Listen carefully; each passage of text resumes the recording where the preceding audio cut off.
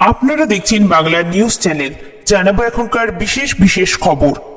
আর প্রতিনিয়ত দিনের বাছাই করা খবরগুলো পেতে আমাদের চ্যানেলটিকে অবশ্যই সাবস্ক্রাইব করে পাশে থাকবেন। রবিবার রাজ্যে আসছেন অমিত শাহ। দলীয় নেতাদের সঙ্গে বৈঠক করার কথা রয়েছে কেন্দ্রীয় স্বরাষ্ট্রমন্ত্রীর। শহরে বিকট শব্দে ফাটলো সিলিন্ডার, নিমেষে আগুন ছড়ালো এলাকায়। ঘটনায় আহত একাধিক। নবান্ন বাস স্ট্যান্ডের সামনে ধর্নার অনুমতি হাইকোর্টের।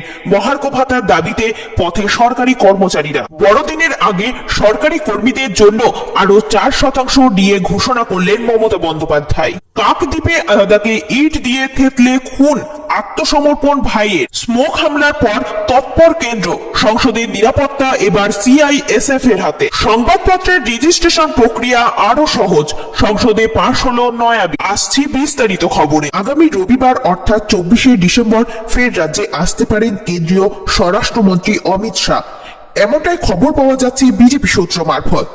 লোকসভার আগেই আবারও রাজ্যে আসতে চলেছেন কেন্দ্রীয় স্বরাষ্ট্রমন্ত্রী অমিত শাহ। বৃহস্পতিবার বিজেপির রাজ্য সভাপতি সুকান্ত মজুমদার দিল্লিতে অমিত শাহর সঙ্গে বৈঠক করেন। তার সঙ্গেই ছিলেন বিষ্ণুপুরের সাংসদ সৌমিত্র খাঁ। মনে করা হচ্ছে যে ওই বৈঠকে রাজ্যে অমিত শাহর আসা নিয়ে দুই পক্ষের মধ্যে আলোচনা হয়েছে। জানা গিয়েছে সোমবার অমিত শাহ হয়তো একটি সাংগঠনিক বৈঠকও করবেন রাজ্য বিজেপির নেতা এবং প্রথম সারির দলীয় কার্যকর্তাদের নিয়ে, এমনটাই জানা যাচ্ছে বিজেপি সূত্রে।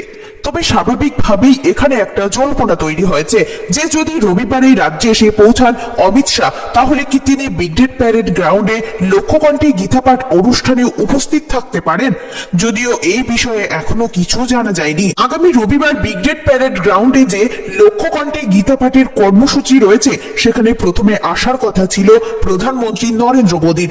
তারপর সাধু সন্তদের জানানো হয় যে প্রধানমন্ত্রীর বিশেষ কিছু কাজ থাকার জন্য তিনি আসতে পারবেন না সেই নির্ধারিত অনুষ্ঠানে। ধার্মিক অনুষ্ঠানে প্রধানমন্ত্রীর উপস্থিত থেকে গীতাপাঠকে খুব একটা ভালো চোখে দেখেনি রাজনৈতিক মহলের একাংশ। তবে সেই কারণেই যে শেষ মুহূর্তে তার এই কর্মসূচি বাতিল করা হয়, তেমনটাও স্পষ্টভাবে উল্লেখ করেনি বিজেপি। অন্যদিকে আরো জানা যাচ্ছে ওই দিনই রাজ্যে আসছেন কেন্দ্রীয় স্বরাষ্ট্রমন্ত্রী। তাহলে কি তিনি গীতাপাঠ অনুষ্ঠানের জন্যই আসছেন, নাকি শুধুমাত্র সাংগঠনিক বৈঠকের কারণেই আসছেন, তা নিয়ে অবশ্য মুখ খোলেনি বিজেপি নেতৃত্ব। আসছি পরবর্তী খবরে। খাবারের দোকানে আগুন লাগাকে কেন্দ্র করে উত্তেজনা ছড়ালো বিধাননগর কেষ্টপুর রবীন্দ্রপল্লী বাজারে। গ্যাস সিলিন্ডার বিস্ফোরণের জেরে আগুন লাগে বলে জানা গিয়েছে। এই ঘটনায় আহত হয়েছে একাধিক জন, তার মধ্যে দুজনের অবস্থা আশঙ্কাজনক। খবর পেয়ে ঘটনাস্থলে পৌঁছায় বাগুইআটি থানার পুলিশ, দমকল, অ্যাম্বুলেন্স ও ইলেকট্রিকের কর্মীরা। আহতদের বেসরকারি হাসপাতাল থেকে আরজিকর হাসপাতালে স্থানান্তর করা হয়েছে। স্থানীয়দের দাবি, বৃহস্পতিবার দুপুর প্রায় 12:30 নাগাদ রবীন্দ্রপল্লী বাজারে একটি বন্ধ দোকান থেকে ধোঁয়া বেরোতে দেখা যায়। সেই ধোঁয়া নেভাতে গেলে সেই সময় আচমকা বিস্ফোরণ হয়। দোকানের শাটার ভেঙে রাস্তায় চলে আসে। আগুনের ঝলকানিতে বেশ কয়েকজন আহত হয়। এলাকায় আতঙ্ক ছড়িয়ে পড়ে। দোকানের আগুন থেকে ইলেকট্রিক তারেও আগুন লেগে যায়।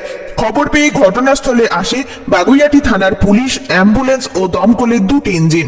তড়িঘড়ি আহতদের স্থানীয় হাসপাতালে নিয়ে যাওয়া হয়। দুজনের অবস্থা আশঙ্কাজনক। তবে কি থেকে আগুন লাগলো সেটা এখনো পরিষ্কার নয়, খতিয়ে দেখা হচ্ছে। এই ঘটনায় বিধাননগর পৌরসভার 24 নম্বর ওয়ার্ডের তৃণমূল কাউন্সিলর মনীষ মুখোপাধ্যায় জানান, বেআইনিভাবে এই ফাস্টফুডের দোকান তৈরি হয়েছে এখানে। কেষ্টপুর এলাকায় এমন দোকানে ভর্তি আছে যেগুলির কোনো ট্রেড লাইসেন্স নেই। যদিও স্থানীয়রা জানিয়েছেন 50 থেকে 60 বছর পুরনো বাড়ির মধ্যে কিভাবে একাধিক দোকান তৈরি হয়। একটি ফাস্টফুডের দোকান তৈরি করতে গিয়ে ট্রেড লাইসেন্স বা গ্যাস সিলিন্ডারের অনুমতি নিতে হয়, কিন্তু ট্রেড লাইসেন্স ছাড়া দোকানপত্র তৈরি হয় এবং ডোমেস্টিক গ্যাস সিলিন্ডার নিয়ে তারা এখানে ফাস্টফুড রান্না করে। বিধাননগর পৌরসভা এবং মেয়রকে জানানোর পরও কোনোভাবে বেআইনি পদক্ষেপ নেওয়া হয়নি। আসছি পরবর্তী খবরে। সরকারি কর্মচারীদের বকেয়া মহার্ঘ ভাতার দাবিতে ধর্নার আর্জিতে সম্মতি দিল কলকাতা হাইকোর্ট। তবে 4 দিনের পরিবর্তে 3 দিন করা যাবে এই কর্মসূচি। শর্ত সাপেক্ষে 22 থেকে 24 ডিসেম্বর নবান্ন বাসস্ট্যান্ড সংগ্রামী যৌথ মঞ্চের ধর্নায় অনুমতি দিল হাইকোর্ট। একই সঙ্গে আদালত জানিয়েছে 300 জনের বেশি একসঙ্গে ওই ধর্না মঞ্চে থাকতে পারবেন না। বকেয়া ডিএ সহ একগুচ্ছ দাবিতে সরকারি কর্মীদের যৌথ মঞ্চ ধর্নায় বসতে চেয়ে হাইকোর্টের দ্বারস্থ হয়। পুলিশ অনুমতি না দেওয়ার জেরেই হাইকোর্টের দ্বারস্থ হয় সংগ্রামী যৌথ মঞ্চ। বিচারপতি রাজাশেখর মান্থা শুক্রবার ওই মঞ্চকে ধর্নায় বসার সেই অনুমতি দিয়েছেন। মামলার শুনানিতে এদিন বিচারপতি বলেন, রেড রোডে রজালি হচ্ছে, আপনারা 144 ধারার মধ্যে রাজভবনের সামনে ধর্নার অনুমতি দিলে নবান্ন বাস স্ট্যান্ডে কেন নয়? মামলাকারীরা বলেন, রাজভবনের সামনে 144 ধারা থাকা সত্ত্বেও ধর্নার অনুমতি দিয়েছিল পুলিশ। যদিও রাজ্যের বক্তব্য এইভাবে ধর্না দিয়ে কোনো কাজের কাজ কিছুই হয় না। এরপরেই বিচারপতির পাল্টা বক্তব্য, কে বলেছে হয় না? স্কুলে নিয়োগ নিয়ে ছেলে মেয়েরা ধর্নায় বসে আছে বলে সরকারের প্রতিনিধি গিয়ে তাদের সঙ্গে দেখা করেছে, আলাপ আলোচনা হয়েছে। উল্লেখ্য, সংগ্রামী যৌথ মঞ্চের সভার জন্য নবান্ন বাস স্ট্যান্ডে 19 থেকে 22 ডিসেম্বর সভা করার অনুমতি চেয়ে আবেদন জানিয়েছিল তারা। আন্দোলনকারীদের বক্তব্য ছিল, বকেয়া ডিএ সহ একাধিক দাবি আদায়ে হাওড়া পুলিশকে আবেদন করা হয়েছে বেশ কিছুদিন আগে, কিন্তু পুলিশ হ্যাঁ বা না কিছু না বলে ঝুলিয়ে রেখেছে। সরকারি কর্মচারীরা বকেয়া মহার্ঘ ভাতার দাবিতে দীর্ঘদিন ধরে আন্দোলন চালিয়ে গেলেও রাজ্য সরকার তাতে কর্ণপাত করেনি। রাজ্যের মুখ্যমন্ত্রী সাফ জানিয়েছেন, মহার্ঘ ভাতা রাজ্য সরকারি কর্মচারীদের আইনসঙ্গত নয়। কর্মচারীরা মহার্ঘ ভাতার দাবি জানাতে পারে, এমনকি এটা দয়ার দানও বলে মন্তব্য করেন মুখ্যমন্ত্রী। রাজ্য সরকার সাধ্যমতো মহার্ঘ ভাতা দিয়েছে, রাজ্যের কোষাগারে পর্যাপ্ত অর্থ নেই কর্মচারীদের মহার্ঘ ভাতা দেওয়ার। অন্যদিকে কলকাতা হাইকোর্ট একাধিকবার রাজ্যকে নির্দেশ দিয়েছে, মূল্যবৃদ্ধির নিরিখে কর্মচারীদের মহার্ঘ ভাতা দিতে হবে, কারণ এটা তাদের অধিকার। একজন সরকারি কর্মচারী যাতে সম্মানের সঙ্গে জীবনযাপন করতে পারে তার জন্য আইন অনুযায়ী প্রত্যেক বছর তাদের মহার্ঘ ভাতা প্রাপ্য। আসছি পরবর্তী খবরে। আগে 6% ডিএ ঘোষণা করেছিলেন মুখ্যমন্ত্রী মমতা বন্দ্যোপাধ্যায়। বড়দিনের আগে আরো 4% ডিএর ঘোষণা করলেন মুখ্যমন্ত্রী। 1 জানুয়ারি থেকে রাজ্য সরকারি কর্মীদের আরো 4% ডিএ দেওয়া হবে বলে জানান মুখ্যমন্ত্রী। সুতরাং রাজ্য কেন্দ্রের পাড়া কমে হলো 36%। বৃহস্পতিবার পার্ক স্ট্রিটে বড়দিনের উৎসবে এসে এই ডিএ ঘোষণা করলেন মমতা বন্দ্যোপাধ্যায়। আগামী 1 জানুয়ারি থেকে এই ডিএর কার্যকর হবে বলে জানান তিনি। বর্ধিত ডিএর সুবিধা পেনশনভোগীরাও পাবেন বলেও জানান মুখ্যমন্ত্রী। এর আগে বিধানসভায় দাঁড়িয়ে মহার্ঘ ভাতা নিয়ে মুখ খুলেছিলেন মুখ্যমন্ত্রী মমতা বন্দ্যোপাধ্যায়। সেই সময় স্পষ্ট ভাষায় তিনি জানিয়েছিলেন, ডিএ দেওয়াটা বাধ্যতামূলক নয়, ঐচ্ছিক। সেদিন বিধানসভায় দ্বিতীয় অর্ধে বিধায়কদের ভাতা বৃদ্ধি নিয়ে আলোচনায় উপস্থিত ছিলেন মুখ্যমন্ত্রী। সেখানেই তিনি এই নিয়ে মুখ খোলেন। মমতার কথাই 2019 সাল পর্যন্ত পঞ্চম বেতন কমিশনকে গুরুত্ব দিয়ে 90% মহার্ঘ ভাতা দিয়েছি। এদিন ফের ডিএ বাড়ানোর কথা ঘোষণা করেন মুখ্যমন্ত্রী। এদিন মুখ্যমন্ত্রী বলেন, কেন্দ্রীয় সরকারের ক্ষেত্রে ডিএ বাধ্যতামূলক, কিন্তু রাজ্য সরকারের ক্ষেত্রে তা নয়। রাজ্যে ডিএ ঐচ্ছিক। একই সঙ্গে মুখ্যমন্ত্রী জানিয়েছেন, রাজ্য সরকারি কর্মচারীদের 4% ডিএ বৃদ্ধির ফলে সরকারের 2400 কোটি টাকা খরচ হবে। পাশাপাশি এই বর্ধিত ডিএর ফলে উপকৃত হবেন রাজ্যের 14 লক্ষ সরকারি কর্মী। সরকারি কর্মীদের জন্য এই মহার্ঘ ভাতা বৃদ্ধিকে বড়দিন এবং নতুন বছরের উপহার বলেও জানান মুখ্যমন্ত্রী মমতা বন্দ্যোপাধ্যায়। আসছি পরবর্তী খবরে। পারিবারিক সম্পত্তিকে কেন্দ্র করে বিবাদ। সেই বিবাদের জেরে দাদাকে ইট দিয়ে থেতলে খুন করার অভিযোগ তার ছোট ভাইয়ের বিরুদ্ধে। ঘটনাটি ঘটেছে বুধবার রাতে দক্ষিণ 24 পরগনার কাকদ্বীপে হারুট পয়েন্ট কোস্টাল থানার অন্তর্গত 8 নম্বর কালীনগর পূর্ব গঙ্গাধরপুর এলাকায়। মৃতের নাম মতিলাল দাস, বয়স 62 বছর। পুলিশ অভিযুক্ত মোহনলাল দাসকে গ্রেপ্তার করেছে। আজকে তাকে কাকদ্বীপ মহকুমা আদালতে তোলা হয়। আইনজীবী সব্যসাচী দাস বলেন, পারিবারিক বিবাদকে কেন্দ্র করে দুই ভাইয়ের মধ্যে ঝামেলা। মতিলাল চা খেয়ে ফেরার সময় ছোট ভাই মোহনলাল তাকে ইট দিয়ে মেরে হত্যা করে। পুলিশ অভিযুক্তকে গ্রেপ্তার করেছে। আজকে তাকে আদালতে তোলা হয়েছে। জানা গিয়েছে পারিবারিক সম্পত্তি জনিত কারণে দীর্ঘদিন ধরে মতিলালের সঙ্গে ঝামেলা চলছিল মোহনলাল দাসের। এরপর গতকাল রাতে এই ঝামেলা চরম আকার ধারণ করে। রাতে মতিলাল স্থানীয় একটি তৃণমূলের দলীয় কার্যালয়ে গোটা বিষয় জানাতে চান। অভিযোগ, সেই সময় তার পিছু নেন ছোট ভাই মোহনলাল। চা খেয়ে বাড়ি ফেরার সময় এরপর রাতের অন্ধকারে রাস্তায় মতিলালের উপর হামলা চালান তার ভাই। ইট দিয়ে মতিলালের মাথায় পিছন থেকে আঘাত করে মোহনলাল বলেই অভিযোগ। ইটের আঘাতে রক্তাক্ত অবস্থায় মাটিতে লুটিয়ে পড়েন মতিলাল। চিৎকার শুরু করেন তিনি।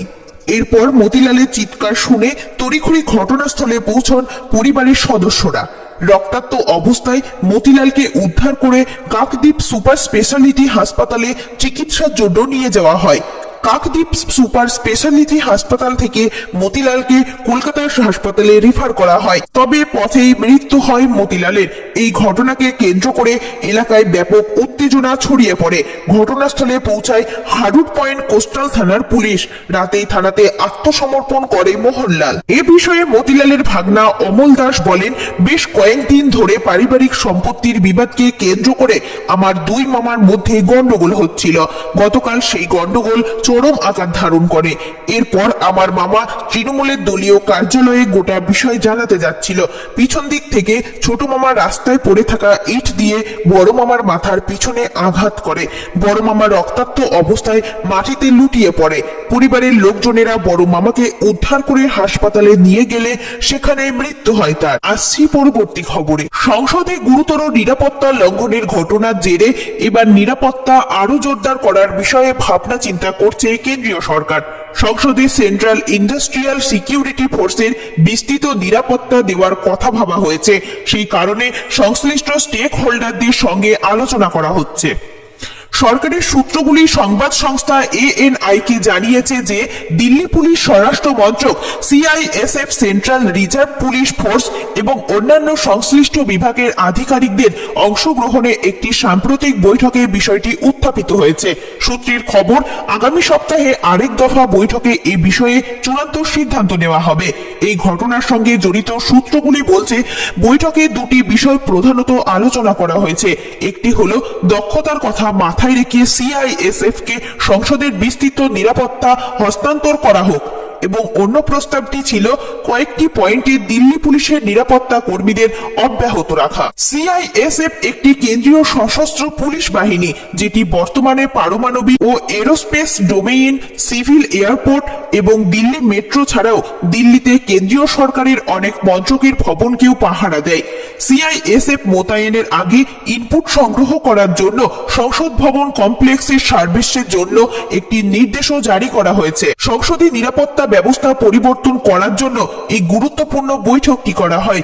উল্লেখ্য, লোকসভা সচিবালয় 13 ডিসেম্বর সংসদের নিরাপত্তা লঙ্ঘনের ঘটনায় 8 জন নিরাপত্তা কর্মীকে বরখাস্ত করেছে।